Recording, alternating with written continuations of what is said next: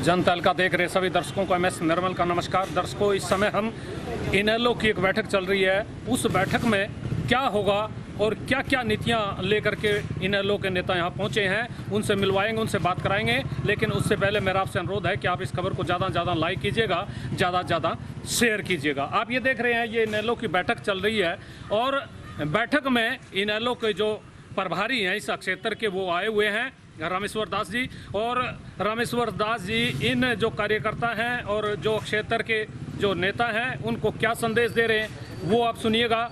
लेकिन इससे पहले इनेलो के जो नए पदाधिकारी शामिल हुए हैं उनका स्वागत हो रहा है और इसके अलावा उन कार्यकर्ताओं का स्वागत हो रहा है जो पार्टी में अभी दूसरे दलों को छोड़ करके शामिल हुए हैं।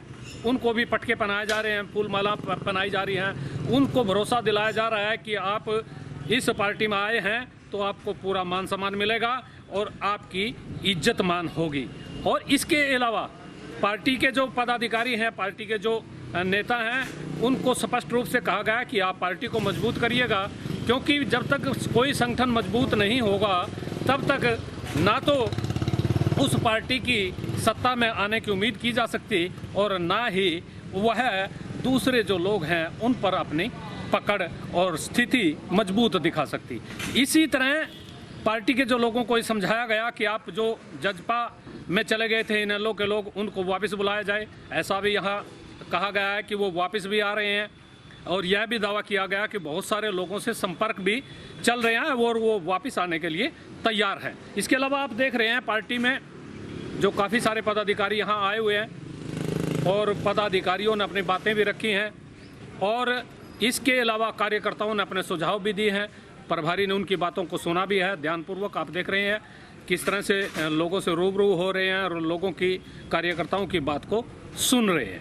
क्या कहना चाहते हैं? आज का जो कार्यक्रम है वो संगठन को मजबूती प्रदान करने का कार्यक्रम है और इसमें हमारे विधानसभा को 7 जोनों के अंतर्गत बांट दिया गया है और प्रत्येक जोन में 12 सदस्यों की कमेटी बनाई गई है और वो गाँव-गाँव में जाकर के वार्ड वाइज एक संगठन को मजबूती प्रदान करने का काम किया जाएगा, बूथ कमेटी बनाने का काम किया जाएगा, ताकि इंडियन नेशनल दल गांव के हर छोर हर कोने के अंदर खड़ी हो जाए। आज जो इंडियन नेशनल लोक दल की कार्यकारिणी गठित की गई, क्या इसके बारे में थोड़ा सा बताएं? क्या ये जो अपना स्वागत किया क्या ये हमारे 7 जोनों में विधानसभा को बांटा गया। 7 जोन के हमारे प्रभारी हैं और इनको ये जिम्मेवारी दी गई है और ये 12 सदस्यों की कमेटी के ये नेतृत्व करेंगे और गांव-गांव में जाकर के हर वार्ड वाइज जाकर के इंडियन नेशनल लोक दल को मजबूत करने का काम करेंगे। अच्छा, आज की जो परिस्थितियां हैं, जैसे इनेलो से टूट करके जजपा में चले गए थे लोग, क्या उनको वापस लाने की कोई मुहिम चल रही है? देखिए, जजपा कहूँ मैं ये कहूँ कि ये इंडियन नेशनल लोक दल का एक हिस्सा है, ये एक परिवार है और परिवार के सदस्य यदि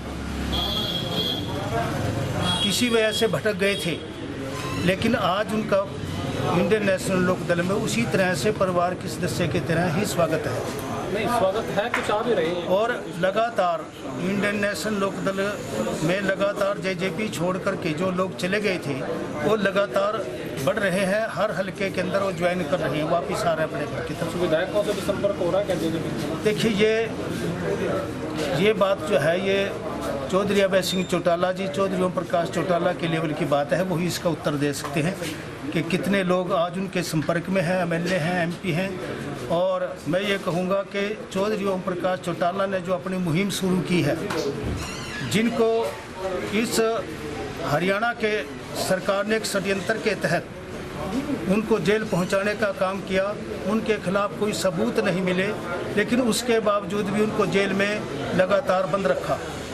आज वो जेल से रिहा हुए हैं तो मैं बधाई देता हूं कि हरियाणा की जनता को कि वो रिलीज होकर के हमारे बीच में आए हैं। उससे पहले ये कयास लगाए जा रहे थे विपक्ष के लोगों के द्वारा कि चौधरी ओम प्रकाश चौटाला तो जेल में ही पूरे हो जाएंगे, लेकिन आज उनको आश्चर्य हो रहा है कि उन्होंने आकर के फिर इंडियन नेशनल लोक दल की कमान को संभाल लिया है और उन्होंने जा कर के किसान जो आंदोलन कर रहे हैं उन सब धरनों के ऊपर जाकर के उन्होंने किसान का समर्थन करने का काम किया है। और आज हरियाणा प्रदेश में चौधरी ओम प्रकाश चौटाला जो एक लौह पुरुष के रूप में जाने जाते हैं, तो आज उन्होंने उस कमांड को संभाल लिया है और निश्चित रूप से थर्ड फ्रंट का भी गठन हरियाणा पूरे देश के अंदर होने जा रहा है।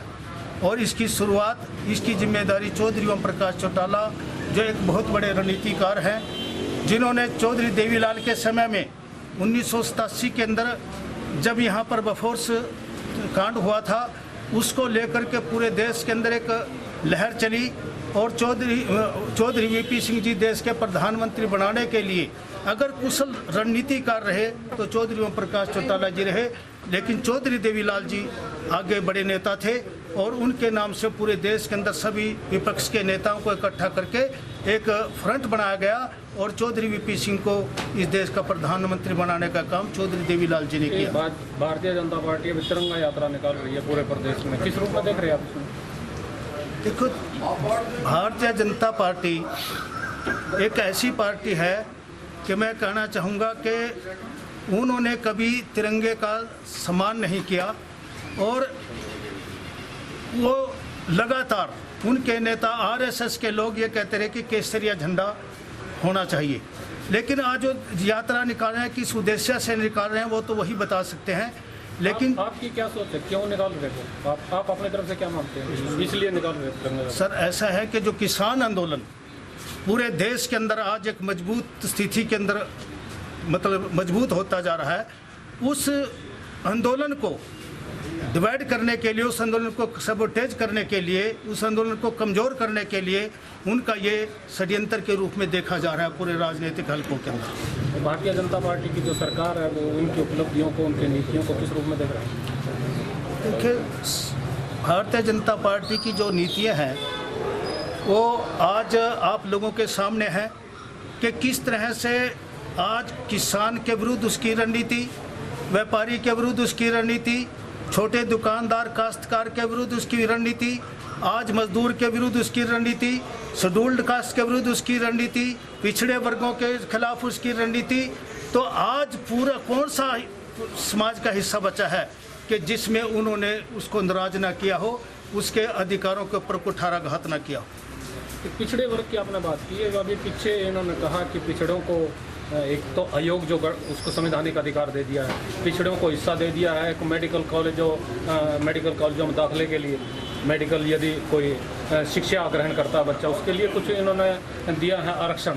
और उस आरक्षण को आप किस रूप में देखते हैं? इतिहास में पहली बार ऐसा हो रहा है। ऐसा है, ये एक ऐसी रणनीति है कि जब किसान आंदोलन के दरमियान जब ये उसकी स्थिति घटती नजर आ रही पूरे देश के अंदर, नहीं ये क्या आज उत्तर प्रदेश के चुनाव के संदर्भ में उसको मैं ये देखता हूँ कि आज पूरे देश के अंदर जो भारतीय जनता पार्टी की साख निरंतर नीचे की तरफ जा रही है और वो सोचते हैं कि भी इस साख को कैसे बचाया जाए, कैसे हम उत्तर प्रदेश या दूसरे प्रदेशों के अंदर जो चुनाव होने जा रहे हैं उसके अंदर क्या रणनीति अपनाएं, कैसे हम चुनाव के अंदर जाएं, क्या बात लेकर के जाएं। तो उनकी एक मजबूरी है, तो इसको हम इस संदर्भ में देखते हैं। सवाल है अब ये जो लोग पिछड़ों को कि हम इनको ऐसे कर रहे, आरक्षण दे रहे, ये सब ड्रामा है, उनको वोट के रूप में ताकि उनका प्रयोग किया जा सके। बाकी और कोई ऐसा एजेंडा है नहीं। इनको पिछले सालों में तो याद नहीं आया कि पिछड़े भी यहाँ पर हैं, जबकि पिछड़ा तो सही मायने में 52% है, 27% का आरक्षण है।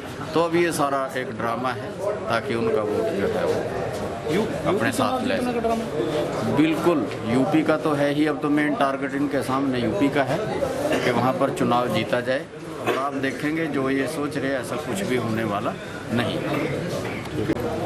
इंडियन नेशनल लोकदल पार्टी की इंद्री हल्का की मीटिंग का आयोजन हुआ और इस मीटिंग में मुख्य एजेंडा यही था कि संगठन को किस तरह से मजबूत किया जाए और उसी के संदर्भ में हमने इंद्री को 7 जोनों में डिवाइड किया और उन 7 जोनों के अध्यक्षों को नियुक्त किया गया आज। और इंडियन नेशनल लोकदल पार्टी अब गांव और बूथ लेवल पर काम करने जा रही है कि बूथ लेवल पर भी हमारी ये पार्टी मजबूत हो। कई शहरों के संयोजकों को भी आज यहाँ पर फूल मालाएं डालकर उनका स्वागत किया गया, उनको नई जिम्मेवारी मिली। पार्टी के लोग भी शामिल हुए। हाँ, इस मीटिंग के अंदर जैसे कि हम इंद्री हल्के गांव में जाते हैं और लोग इस टाइम दुखी क्योंकि बीजेपी पार्टी से जो लोगों का मोह था वो भंग हो चुका है। उनकी जो नीतियां थी वो नीति नई कुरीतियां बन चुकी हैं जिससे लोग परेशान हैं। और जो कांग्रेस पार्टी है जो विपक्ष की भूमिका निभा सकती थी, कुछ उम्मीद लोगों की थी, वो भी विपक्ष की भूमिका भी कांग्रेस पूर्ण रूप से नहीं निभा रही। उनकी आपस के ही झगड़े होते रहते हैं प्रधानगिरी को लेकर, जिससे लोगों में हताशा है। एक इंडियन नेशनल लोकदल पार्टी ही विकल्प के रूप में सामने नजर आ रही है, जो इस चिंतन मौके पर भी बड़ी शक्ति के साथ लोगों की समस्याएं हों, किसानों की समस्याएं, उनको पूर्ण रूप से उजागर करने का काम इंडियन नेशनल लोकदल पार्टी कर रही है।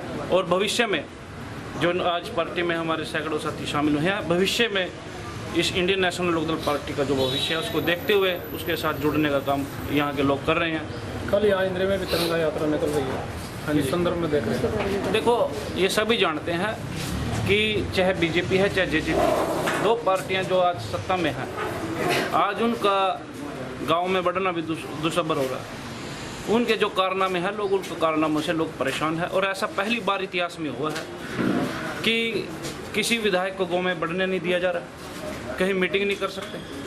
तो उन्होंने एक अपने कामों के द्वारा तो लोगों को, विकास के द्वारा तो लोगों को कभी जोड़ने का काम तो क्या नहीं, उन्होंने तो सांप्रदायिक तौर पर लोगों को लड़वाने का काम किया। आज वो विषय को से भटकाकर लोगों को तिरंगा यात्रा के रूप में अपने आप को ये जताना चाहते हैं कि हम यहाँ रहते हैं, हमारे यहाँ का विधायक है, बाहरी विधायक थोप रखा है हमारे ऊपर, जो इंद्री में रहता है नहीं है। लेकिन कुछ ना कुछ इस तरह से ड्रामेबाजी कर कर अखबारों की सुर्खियां बटोरने का काम ये कर रहे हैं, और इसके अलावा कुछ नहीं। ये जो सरकार है कह रही है मैं वायदे पूरे कर दिए, सभी वर्ग के लोगों पे काम कर रहे हैं, आप क्या मानते हैं? जितने भी, एक भी वादा पूरा नहीं किया। जितने भी वादे इन्होंने किए, ये चुनाव से पहले ऐसे ऐसे झूठे इन्होंने वादे किए, और उनमें से एक भी, कोई भी वादा सरकार ने पूरा नहीं किया। यहाँ पर तो मुख्यमंत्री तो हरियाणा का है, लेकिन इसको शासन, जो इस पर शासन करने वाले हैं, गुजराती है।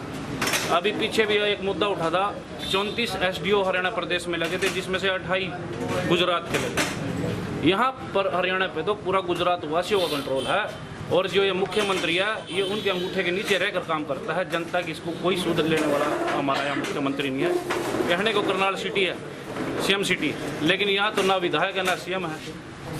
आज हल्के की, आज जो करनाल जिले के जो हालात हैं, प्रदर्शनों का ही एक शहर बनकर रह चुका है।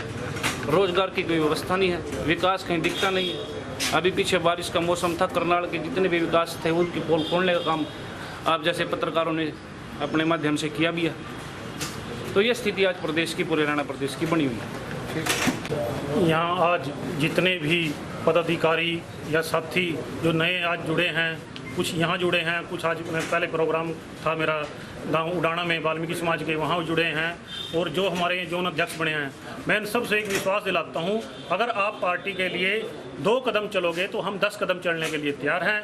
तो आपका पार्टी को मजबूत करो, संगठन को मजबूत करो, ताकि इंडियन नेशनल लोकदल की सरकार आ सके और आपकी अपनी सरकार आ सके, और इस सरकार जो आज सरकार चल रही है इससे हमारा पैंडा छूट सके। इस सरकार को किस रूप में देख रहे हैं? जो आज सरकार चल रही है ये वो सरकार है जो डिवाइड एंड रूल के हिसाब से काम करती है। आप देखोगे कि जैसे अंग्रेजों ने हमारे ऊपर डिवाइड एंड रूल करके शासन 200-300 साल शासन किया, वैसे ही ये सरकार सोच रही है भी हम यहाँ के वर्करों, यहाँ हरियाणा प्रदेश में एक दूसरे समाज को, एक दूसरी बरादरी को आपस में लड़वाएं और इनकी लड़ाई का फायदा उठा के जीत जाएँ। जैसा कि आप देख रहे हो कि किसान, एक तिरंगा यात्रा निकल रही है, वो तिरंगा यात्रा नहीं है, वो एक किसानों को ये दिखाने की यात्रा नहीं की है कि ये हम आपसे मजबूत हैं हरियाणा के अंदर, क्योंकि तिरंगा यात्रा तो मोटरसाइकिल पे भी निकल सकती है, परंतु ये आप देखोगे कि ये ट्रैक्टर पे निकाल ली गई है।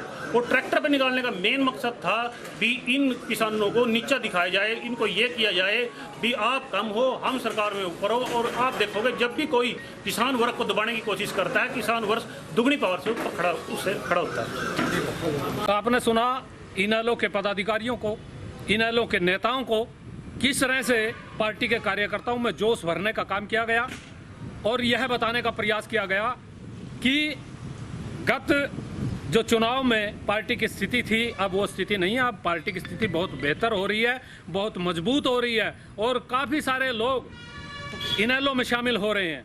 आने वाला जो भविष्य है सत्ता का वो इनेलो का है, ऐसे दावे किए गए। और सबसे बड़ी जो बात की गई, जो भारतीय जनता पार्टी की सरकार है और इनके सहयोगी जेजेपी के जो नेता हैं, उनकी कार्यप्रणाली को लेकर के आलोचना हुई है, उनके कार्यों को लेकर आलोचना हुई है और स्पष्ट रूप से कहा गया कि ये जो लोग हैं ये झूठ बोल करके सत्ता में आए हैं और जो वायदे किए गए हैं वो वायदों के अनुरूप काम नहीं हो रहे हैं। यदि वायदों के अनुरूप काम नहीं होगा तो फिर निश्चित रूप से लोगों में रोष होगा और लोग जब नाराज हो जाएंगे तो फिर वो रास्ता अपना तलाश करेंगे और वो रास्ता तलाश कर रहे हैं, इनेलो की तरफ मुड़ रहे हैं। और जब इनेलो की तरफ लोग मुड़ेंगे तो इनेलो का संगठन मजबूत होगा और जो वायदे और जो दावे किए गए हैं नेताओं द्वारा वो किए गए हैं कि आने वाली जो सरकार होगी वो इंडियन नेशनल लोकदल की होगी, इसलिए इनेलो से जुड़िए। अब ये कितने दावे सच साबित होंगे, कितने लोग पार्टी संगठन के साथ जुड़ेंगे, ये तो आने वाला भविष्य बताएगा। लेकिन इस समय इनेलो के कार्यकर्ताओं में जोश भरने का काम किया गया और ये जोश कितना आपको दिखेगा, कितना जनता में दिखेगा, ये भी आने वाला वक्त बताएगा। मैं अपने सहयोगी पंकज के साथ MS निर्मल।